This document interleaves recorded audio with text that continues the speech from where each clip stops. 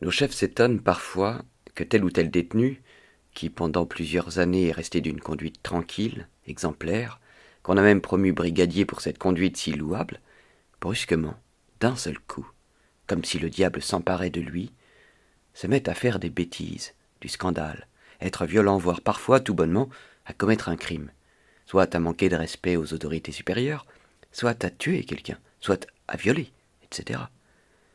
Ils le regardent et ils s'étonnent.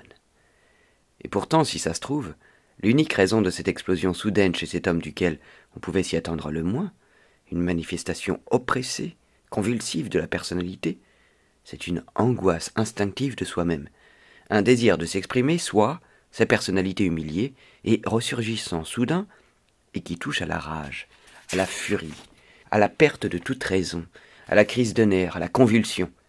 Ainsi peut-être, un homme enterré vif dans un cercueil, et qui se réveille à l'intérieur, cogne-t-il à coups de poing contre le couvercle, et s'efforce-t-il de le repousser, même si, bien sûr, sa raison peut le convaincre que ses efforts resteront inutiles. Mais le problème, il est bien là, c'est que la raison n'a rien à voir. Ce sont des convulsions. Prenons encore en considération le fait que presque toutes les expressions d'une vie indépendante du détenu sont considérées comme des crimes. Dès lors, on le comprend bien, que la manifestation soit grande ou minuscule, cela lui est égal. La bringue, alors la bringue, le risque, alors le risque de sa vie, même pour commettre un meurtre. Et il suffit de commencer. Après, l'homme s'enivre, plus moyen de le retenir.